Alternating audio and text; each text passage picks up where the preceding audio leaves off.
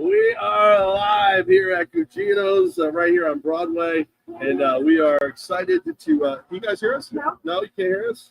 All right, let me figure out what I did wrong this time. We are excited to be bringing you not just the Coaches Show, but we are also going to be bringing you a challenge. Man versus calzone versus calzone. There's two calzones. There's 10 pounds of calzones. But it is Flock University, and every Flock University needs to start with the introduction of the man, the head coach, the general manager, the travel guide, the man who will answer all the questions, and for some people, scapegoat. I'm some people. It is Damon Ware, everyone. Great to be back on the show. Should be a fun show. It's going to be an interesting one. We've never had a challenge go on during the show before. A whole other animal, whole other way to. Oh my goodness, the person's going. Hey, Ben, get moving here. Let's see this thing. So all right, so we're live at Cugino's, and Lou at Cugino's has been all season has been here for us. Along with many great sponsors. But one of the things that he's been nice enough to do is feed the guys when we do the show here. Make sure we all have cold beverages. He set up tents out front because it's a little hot, but. Since we started coming here, I found out that almost every weekday, Game Day Ops, Nick has been coming here to Ben, you're supposed to be sending us the video.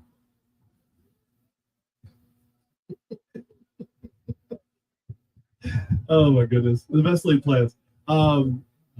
So we're here live, and Nick's been coming here to eat lunch every day, so now he's going to do the huge loot challenge.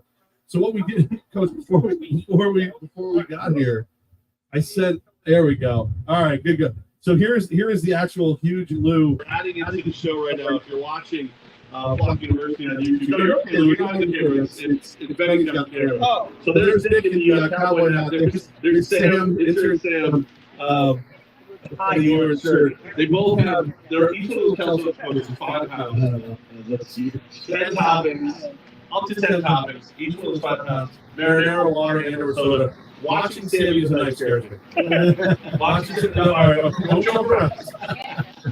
But the huge challenge is 30 minutes to finish that calzone. And if you want to do it, it's 21 pounds. It looks like something on It looks like he knows what he's doing. That's incredible. It's like surgery. So we're going to talk to you about last week's game, next week's game. The guys are going to be here together. You're going to Cugino, say hi to the players.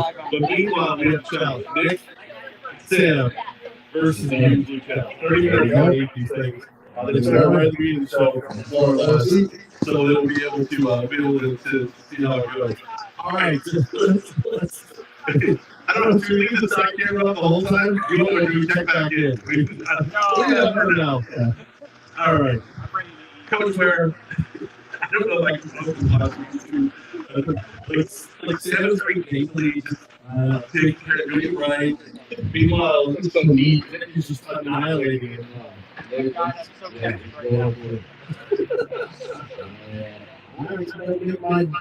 of it. It looks like he knows what he's doing. How you doing? I've never said that before. All right, so the huge Lou challenge going on here as well. Coach Ware, have you ever won any contests? Probably charity or something? Not an eating, but this challenge, and that was rough too. Like some suicide moves, and we had some crazy name, and it sounded dumb. Like, how did I eat this? And I definitely won the challenge. Bird for one. So. You won and lost. Right. It's one of the where going and coming out. That's usually the problem. All right, we have a lot here at Cugino's, and of course, the usually challenge 30 minutes, you need a 5 pound calzone. So 25 bucks. I'm using my shirt. I'm using my shirt as authority. Picture on the wall. You know when you guys Yeah, you gotta go all in to get this thing. There you go. Either way. Oh, man. All right. I'm mesmerized by Nick's technique. He looks like he knows what he's doing. Let's start picking around. He's not playing either. Anybody who says the fireworks are not out in the community, have never seen our intern and game day op guy apologize 10 minutes ago in 30 minutes. That's all there is to it. All right, so let's talk about a game that nobody really wants to talk about at this point. Saturday night, the fireworks, we lose our first game to the Predators, 57-49. Coach, I take us through that game because it was like reverse of what we normally did. We fell behind, then we caught up, and then we didn't come all the way back. So, it goes back to I've been a little bit unhappy with the kind of schedule that we've had, and it all started again, just with the whole beginning of the year. So we've got a good schedule for guys who took every challenge and persevered, and so we were a little banged up, and there was obviously some key players that we had to hold out for the game. We started one of our wide receivers at defensive back to start the game, which, again, has been doing a phenomenal job for us. I can't take anything away from him, but it's just a tough position to put a player in that's not playing a position that he's never played. And so again, that's how the game kind of started. That was the backstory of it. The same start that we had in West Texas to go up 18-0, we got done the exact same way by Orlando. Came down, scored, kicked the extra point, kicked the deuce. Dylan Barnes had a phenomenal game, and in my time down in Orlando last year, just a phenomenal kid. He's a really good kid, really good person, and a good kicker. And so that's how it started. We got offensive possession. Went 3 plays, threw an interception, obviously in the first drive, and I'll put that call on me. It was a complicated call, something we haven't ran in a while. I put that call on me. That's I don't want to put that on the players. It was just something that we had done and that we knew that just hadn't done it in a while, and I think that the execution of it just wasn't as good as it could have been, and I totally put that call on me. So we throw the interception. They take the ball down the field, score again, kick the extra point, kick another deuce. So it's 18-0 before we, really start to get into the flow of the game. So from there, obviously battle back. We scored every offensive possession throughout the rest of the game. A lot of bangs and bruises, and so our secondary just went down. Just a tough physical game. Orlando's a really good football team. I'm just, like I said, I said it after the first time we beat them the first game. I said, this is one of the top teams in the league. And they're physical. And so they matched our intensity. It was a great game. We came back, obviously brought it to within a touchdown right before the half. We knew we got the ball back in the second half. So scored late, took all the time off the clock, and then Marco kicked the deuce. And so that was a huge, just uplifting moment, obviously going into half. So we went into the halftime, obviously down 5 points. Just talked about all the ebbs and flows that we've had all year, all the adversity we've faced. I tell my kids every week, I just don't see you guys losing. I never panic. I never think you're not going to win. I never think we're going to be out executed. I just know in the second half we have kids that want to win, and it's a special group of guys. And so we played a really good second half. We just didn't get the stops that we needed. They made some key plays at some key times. We made a couple mistakes, obviously, with some after the whistle plays and things that we just got to clean up. And we're cleaning those things up. And so ultimately it came down. We came down. Obviously, we took the lead. I mean, it's special to battle back from 18-0 and come back and take the lead. But it was just a time thing at that point. So, there was a couple plays I think missed. I think it was like a 3rd and 20 something. They threw a sail route. Ball went out of the kid's hands, bounced on the wall, bounced over. I can see on the film he doesn't make the catch. I think he picks the ball up over the wall. And that's the toughest part to ref in our game is when the players go over the wall, you don't see it. You only, once you get to the wall, you can look over and say he's either got it or he doesn't. And so they got to the wall and they said it was a catch. And that was a big play for them because having a 4th and 27 obviously is tough to execute and convert in those situations. So that was a key play right there. Obviously, they were able to run the clock down. They did a really good job, obviously, of just managing the clock down the stretch. Ultimately, we wanted them to score. We knew that we could go down and score another touchdown. We were trying to get them to score. We made a tackle that I was hoping that we didn't make. Would have allowed them to score to give us, we would have had about 50 seconds left on the clock. And that was what the hope was. And so we made the tackle a really good tackle, but it was just not a good situation. That's always a hard thing, though, because that's your taught your whole life, make the tackle, in that second. And the arena game moves even faster than the outdoor game. Absolutely. To not make the tackle, it's almost to go against everything you've been taught your entire life. Exactly. And we told them, try to pull them into the end zone. If you get a chance, especially if they did a quarterback, we wanted to yank him into the end zone. And so have that time. We feel very comfortable with us having having the possession last. And so obviously they ran the clock down to the bitter end.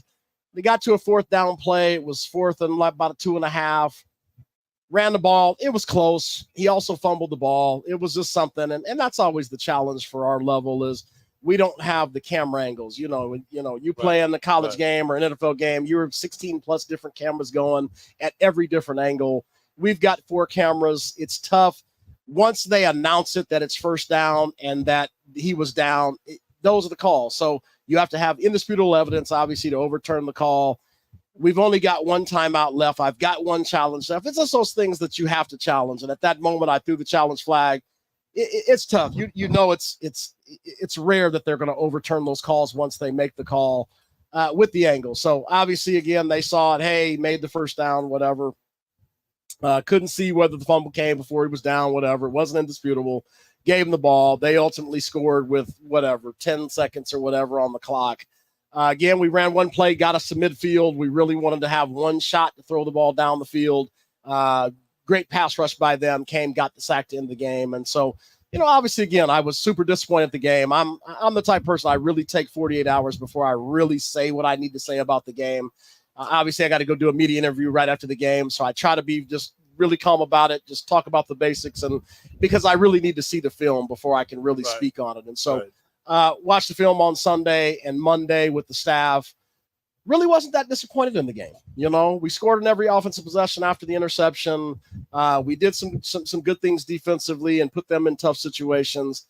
But ultimately, it was a health thing. And it was, when you're down your best defensive backs, that's tough to win. And they picked on the receivers, obviously, and made some good plays. And so hats off to them. That was a great win. It's frustrating and good at the same time. I'm watching them run up and down the halls in the arena, oh my God, we finally beat them. We've destroyed Orlando, for so many games in a row. We usually always beat them by 40 points. I get it. It's to see their joy and to see just the anger of losing the game. It was, you hate to see that in your home stadium, but I told our players on our first meeting, I get it. They finally beat the juggernaut, after getting beat, 7 or 8 games in a row. They beat us and you got to give them their moment. I watched a video online and they did a whole Gatorade bath, in the locker room after the game. And that's just something, that's the kind of level that we get week after week. We get everybody's Super Bowl shot. Everybody thinks we're invincible. And so we get everyone's best performance, which is great. It's great that people feel we're that good. I've told our team all along, we're not invincible. We've got to execute well. We got to limit our mistakes. We got to limit turnovers, all those things. And so, we just had 1 or 2 things that kind of, created the outcome of the game. But I'm super proud of our guys. Right now, it's about health. I've told everybody this week is about getting healthy. It's about treatment. It's about the way we're going to practice. It's about doing our pool workouts this week to keep our bodies fresh. That is the hardest part of this time of the season, is just being healthy. I told our ownership group at our meeting, I said, the only thing I think derails this football team from a championship would be health. And so right now we've slowed everything down, the intensity of practice, those things. We're doing what we have to do to stay healthy. We're going to take the 21 healthiest bodies to Billings. We're super excited to play them. This will be the game of the year. It'll be the 2 teams that only have 1 loss. We're taking this game very seriously. And again, let's go to Billings. Let's take this long trip and let's come back hopefully with a victory. Absolutely. I mean, it was one of those ones where I kept waiting. I kept waiting for us to make the comeback, because that's what we've done. We've done that all along. We've come back. We've won. We found a way, and it felt like we had it a couple times. And I do want to point out, because he was jawing with me the whole game, Zach Brown makes a hell of a difference on that team. He's a very different player. That's something that I don't feel like they've had in the past. You know, Zach Brown went to San Antonio this year. He was ultimately cut midseason after not getting a lot of playing time. He's on a mission. And so I have to say thank you, San Antonio, for unleashing hell with that kid, because he's on a mission. He has played since he has come back to the AFL. He has played some phenomenal football. He is a tough kid. He's a smart kid. He plays as hard as anybody. He had another good game against us, and again, hats off to them. I like I said, I've said all along, they're one of the top teams in the league. Their talent is high level. Again, could I see a matchup later in the playoffs with them? Absolutely. He was like running commentary with me the entire game. Like every time I saw him, he'd come up and tell me something that was going on. We are live at Cugino's. It is Flock University. Nick is doing work. Nick is doing. Now they're getting. I do like it's like they're getting a pep talk from the GOAT right now. Sam's not playing either. Sam he's getting half after done. it. So Sam keeps getting up and walking around. I don't know if that's good or bad. But Nick is on a mission right now. But I think he's going. I'm telling you, the way he cut it, I already knew. I feel he's going to make it. He had a plan. I mean, he did. And they say everybody's got a plan until they get punched in the face. Yeah, that's true. Nick's face is as red as his shirt right now. Nick is he's definitely feeling it, but he's still going. Look at Ben right there. Ben down at like a frontline camera guy. About a third of that left. I mean, that's impressive. We're only, I'd say he's about 15 and a half minutes in, so he's about halfway, and he's got about a third left. Yeah. I think he can do it. How you feeling, Nick? How you feeling? You're just full? He said, I'm feeling full. I bet. How's like everybody who's near Nick, Ben, just kind of do like a circle real quick. Just like first of all, this is the Flock, everybody. Everybody's here at Cugino's. It's Flock University. Hey, there you go. You guys right there are in the splash zone. Like it's like SeaWorld. Did you wear ponchos? You might need them. I'm just saying. Okay. It's pretty good though. We're gonna leave that camera up because I feel like Nick's gonna make a run at this thing. I think he is. Oh, it's only 12. Okay, all right. Look at that. Look, you got the time. He's got plenty of time. Sam, pace yourself. Sam, Nick. we don't drink no a little martyrs. water. Pace no yourself. martyrs. You got it. Sam, we don't need a hero, buddy. No heroes, Sam. Sam looks like Sam man, I'm done. Darius Prince coming over, like he's a little concerned for Sam's well-being. All right. See, like this is what I was, actually I'll take a serious conversation that I had and I'll mix it in with this. After that game, we were all in the hall and everybody's talking, and I kind of overhear some of the things Darius is saying to the rest of the team. And I pulled Darius aside for a quick second. I'm like, man, to get through, like when you go 7-0 and then you lose a tough one, leadership is what it takes to bounce back fast. Mm-hmm. And you're the leader. Like we have that because of you. You're the one he was the first signing when you got here in 21. He's been, you two have been lockstep ever since. Yeah. What have you seen as far as the growth of Darius Prince? Just a great player and a great leader, and it just the game means something to him. And so I love his attitude. He's fiery, and there are definite there are definite times where I need to hold him back just a little bit because the game means so much. And so but that's the one, if I'm going to get into a dogfight and I need to play, I mean that's who I'm going to look to. So he's great with the guys. I mean, he's great with the younger guys. He's always helping and coaching and teaching. And, like I said, we've got a great relationship. And again, I want him to be that leader. I want him to be the guy that some of the younger guys look up to and aspire to be. And so we've just got a great culture and it's all hands on deck with us. It's an important part of just our culture is, that we've got such great leadership. And so it was inspiring to see a lot of the stuff from halftime to the end of the game that was spoke about by our team. And I'm just, like I said, I'm proud of these guys. Having the victory is important, but sometimes the learning moments are just more important. I think we learned a lot about ourselves and just our limitations and the things that we need to do. And sometimes we need to be flawless because everybody is shooting to beat us. And that's a tough thing to take that week in and week out is you get everybody's best performance, their best game plan. They spend the most time watching film on us. It's it's a phenomenon that we have to deal with all the way through the championship game. So we embrace it and we enjoy it. As you know, Flock University, we do it live this week, live at Cugino's.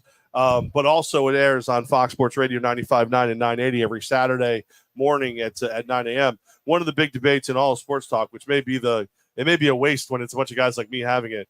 Is there such a thing as a good loss? That's debatable. Would I be just as happy to go undefeated? Absolutely.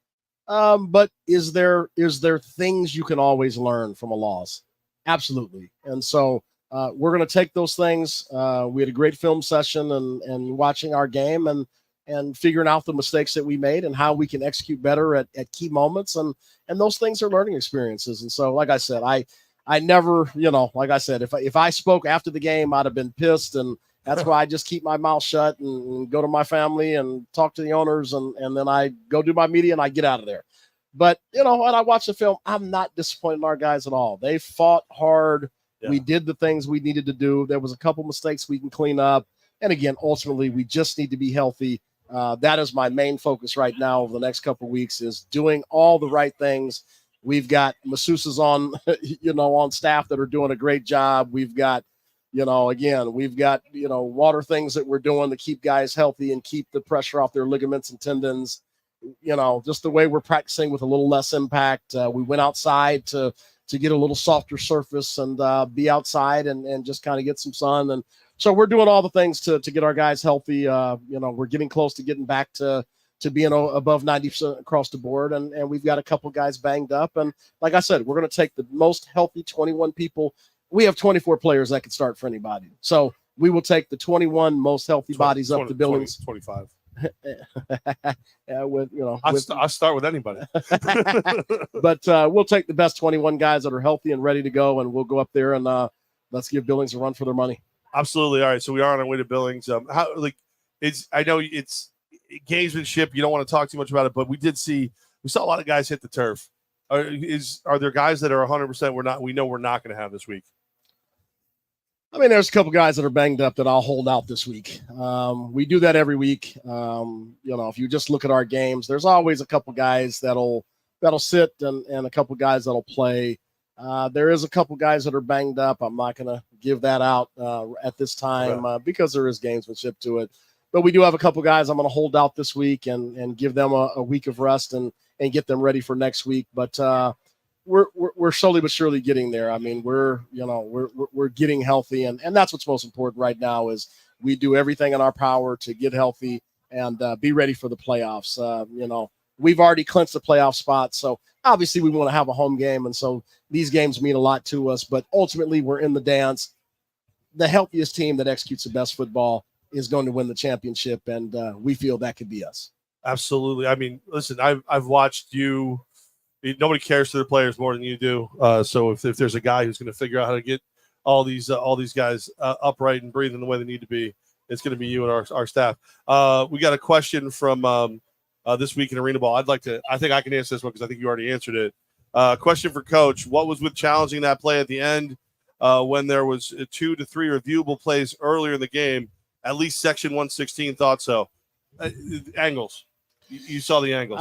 I tell people all the time, if this is an NFL game, we would challenge a bunch more stuff. You got to understand, if you make a challenge, you lose a timeout and you lose a challenge. And so the problem is there are plays that we review those plays on the sideline on an iPad so we can see what the angles are. Yep. The ones that you're going to be the challenge and win or not. And that's a part that I don't think anybody realized. We only have 4 cameras.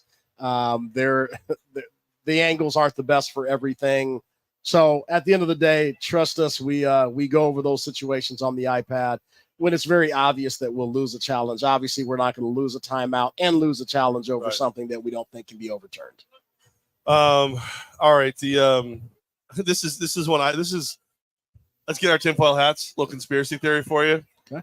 I saw quite a few people. Do we have anything on the Barnes kickoff ball? A lot of people thought that he had a juiced ball that he was kicking with. I probably should have checked it. I mean, he had a game that was just lights out. And again, hats off to that kid. That's a special night performance. And if you're going to lose a game, you want to lose it, again, the Michael Jordan flu game. If you're going to lose the game where somebody's doing some special things, and their kicker by himself put up a great deal of points. Marco Roscoe had that same type of game in West Texas. It's just good to see that we have the best players in the country in our league. And so sometimes you got to celebrate some people from other teams. I'm thoroughly enjoy Dylan Barnes. He's a great kid, great character. And he's a great player. And like I said, the only reason I'm not happier for him is because he beat us. But if it was against anybody else, I would have called him and been like, what a heck of a performance, man. Happy for you, whatever. But again, those are the kind of part. If we're going to lose, I want to lose when somebody's doing something special. And like the two best kickers in all of arena, indoor football, whatever, they were both on the field at the MVP arena. Transponder Field. I mean, absolutely. It is Flock University live from Cugino. It's the Huge Loot Challenge going on. Nick looks like he's hit a wall, but he's still pushing it around. He's still pushing around. I think Sam's caught up a little bit, but Sam looks like he's hurt.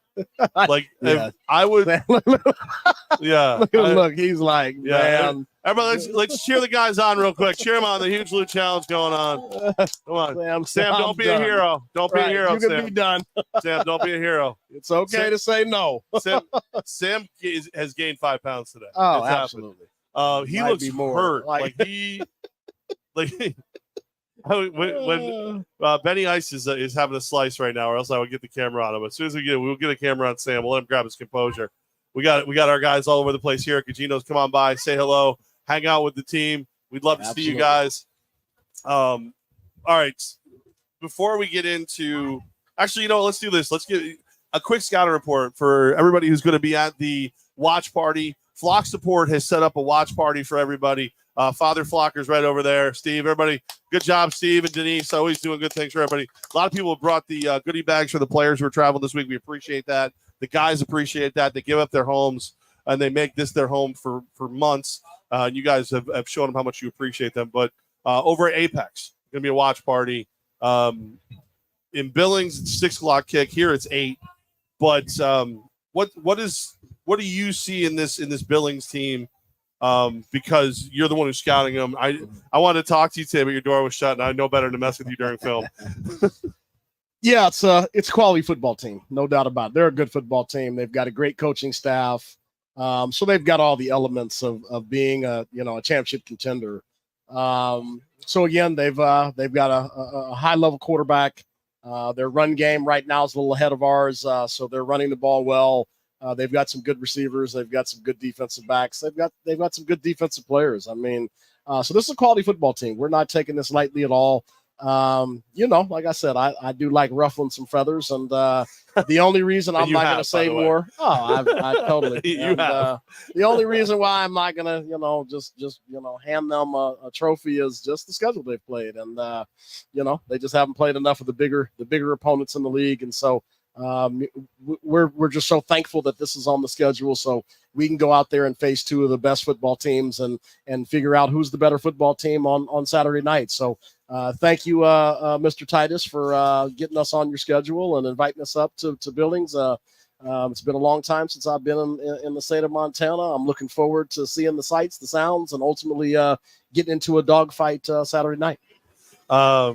Absolutely, and I will, as I said, the feathers have been a little ruffled as I did I did notice that when I called and spoke to Steve Titus about our trip, the first thing I was, he was really nice. He was like, "Hey, I watched Flock University. I even listened to your radio show a little bit because you got some scoop."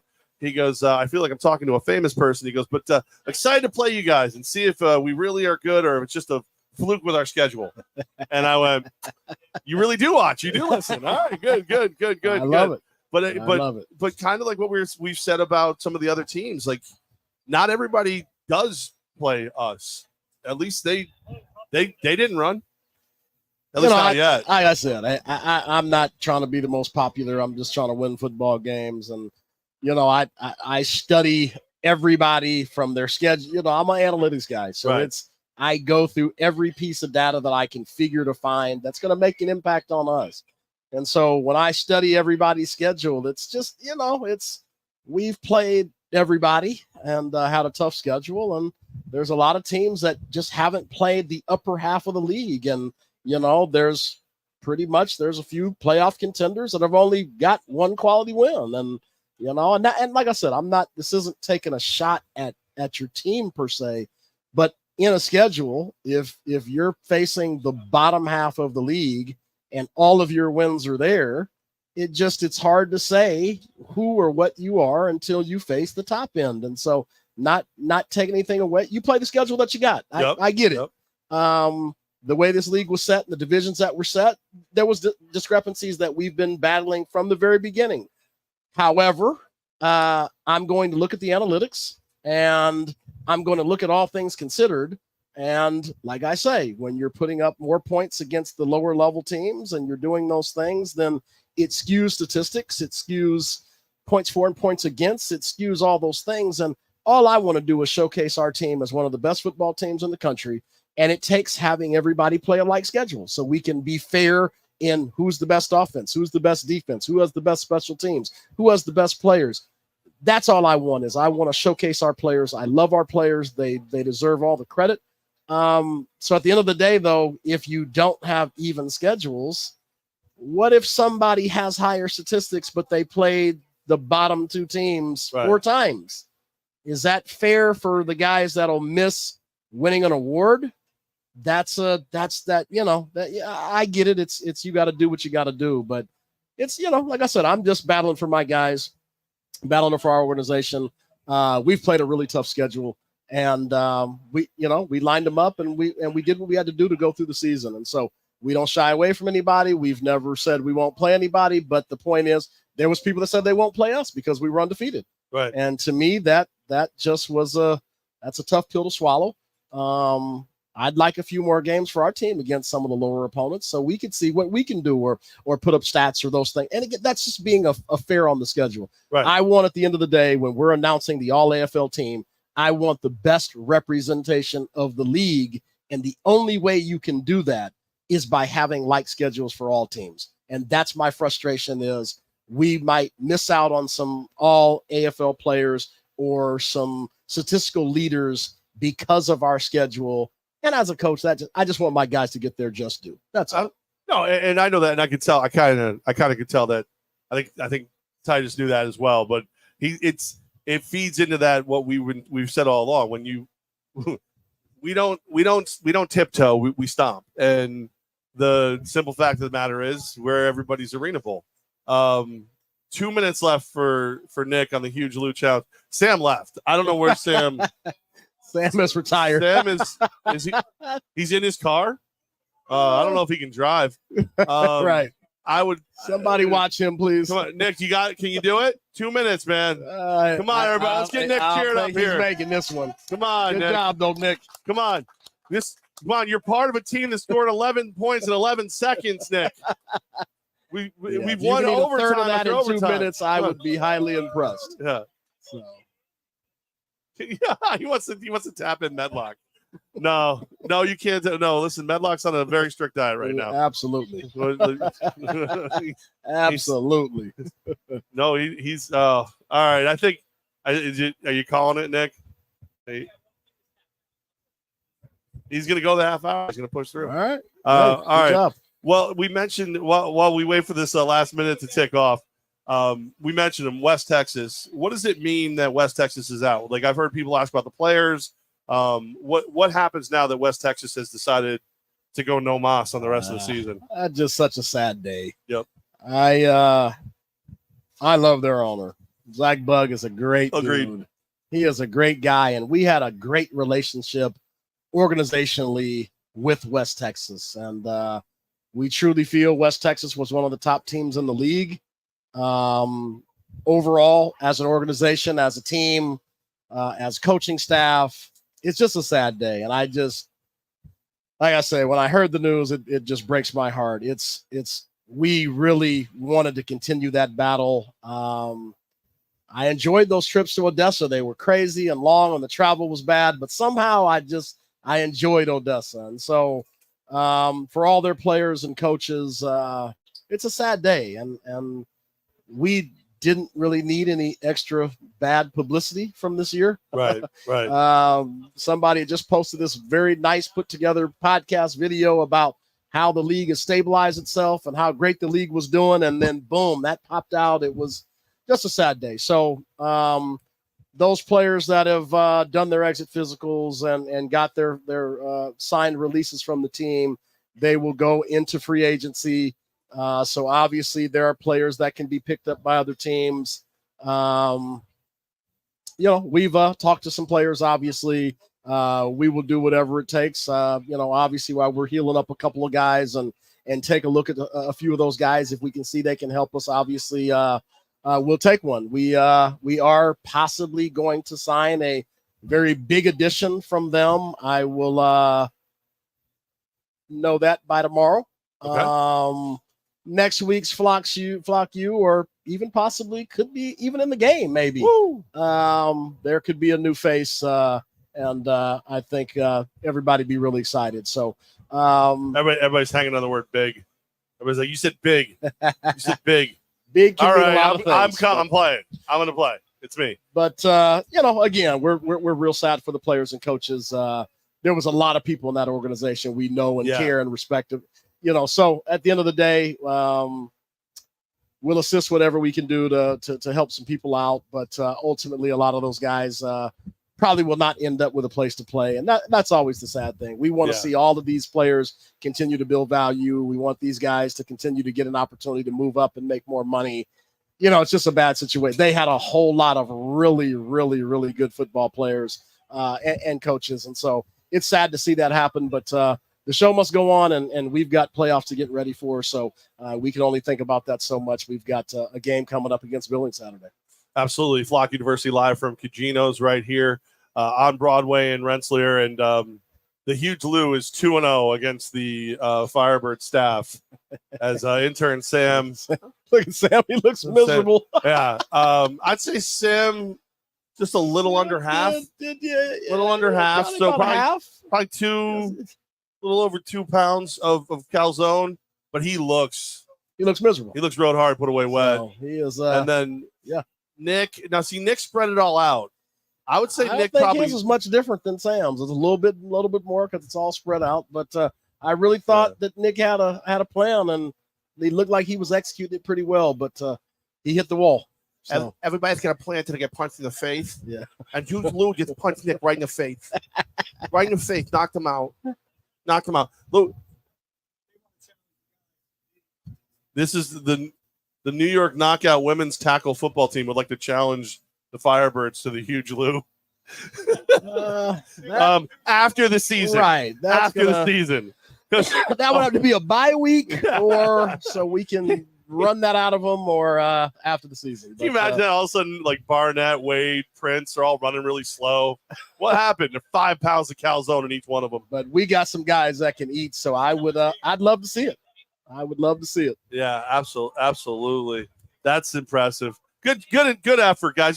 It's Sam and Nick. Good effort. You ever lose again, you're fired.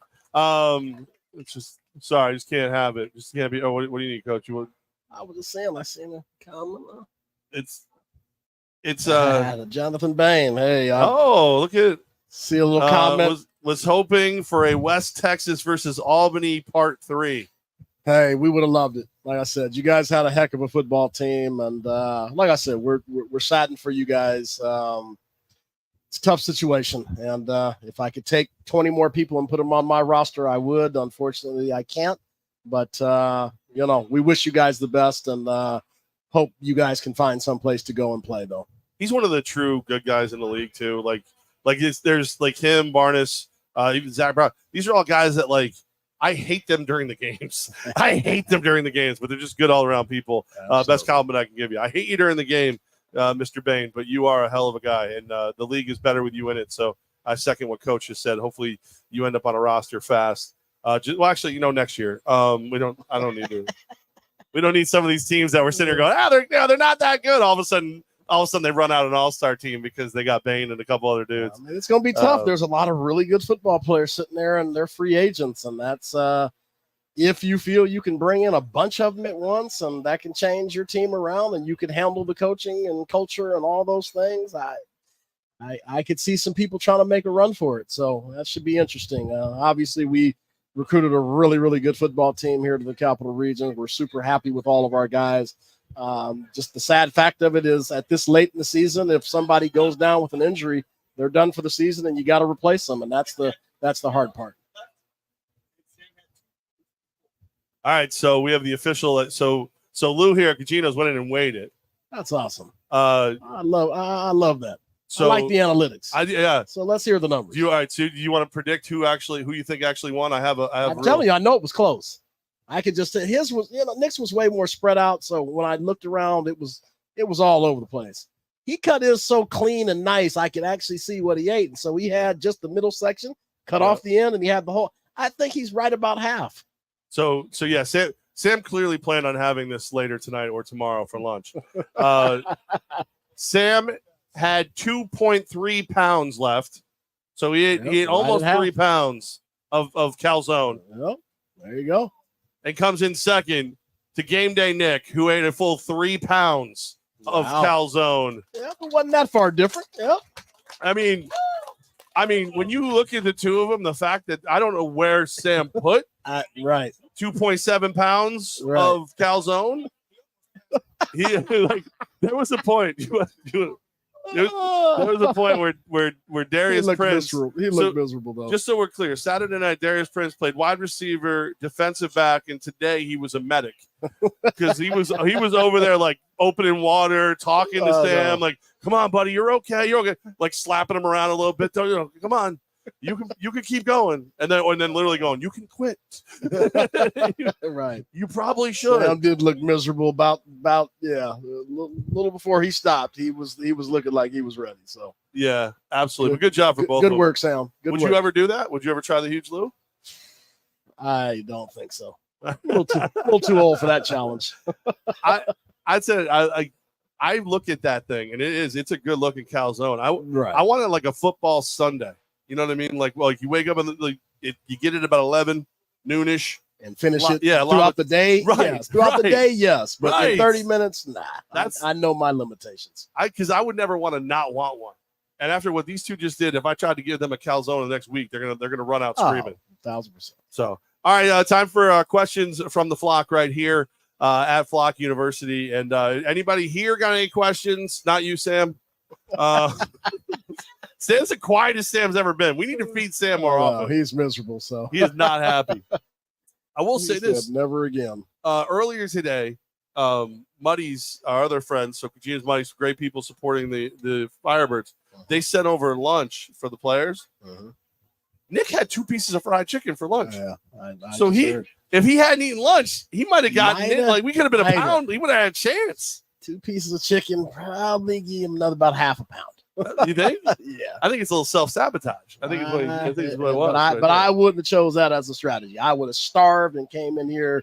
I'd have went 24-hour fast and then came in here. But you got to do what you got to do. Absolutely. Questions from the flock. I know one of the big questions that's been going around, is there a watch party? Yes. Thanks to flock support, there is a watch party over at Apex. Father Flocker and Mother Flocker, Steve and Denise put it together. They're going to have trivia. Oh, I know. They keep trying to change them. It ain't happening. Those are gold. No, those are gold. Only one person we know gets to make his own nicknames. Yep. Shorts. That's it. He's the only one. So, so Apex, they're hanging out, having a great time. Go there, support the team that way. I know that's been a question. A lot of people are very fired up for the Adopt a Player program, which has been written about in the newspaper. I see a lot of bags. Awesome. Make sure you collaborate with Denise and Steve, and they'll make sure that you know what they need. I don't see a lot of questions. Again, it's the quiet. I've never seen Sam quiet before. I've never. He's miserable.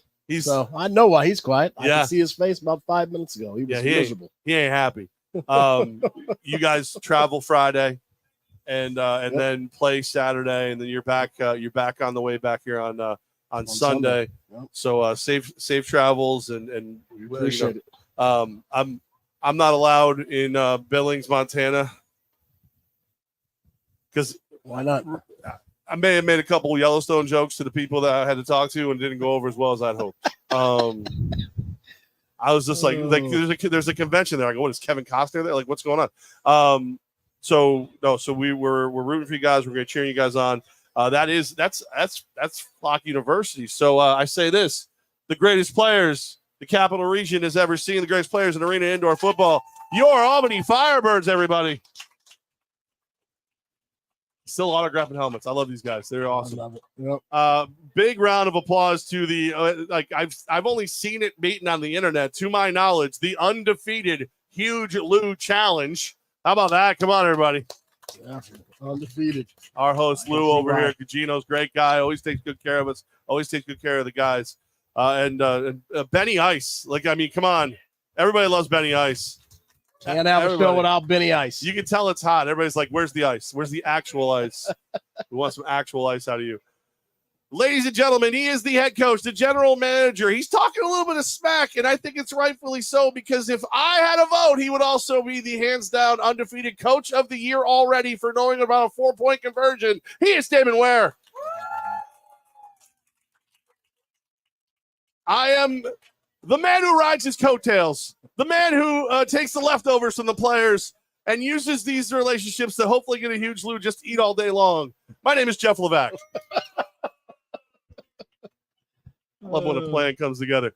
Actually, you know what? How about a round of applause for the greatest fan base in the world, the Flock, everybody. Look at Mel shy. Like we just stop it. I love you guys. Can't end a single episode of Flock University without two simple words. 1, 2, 3. Flock you.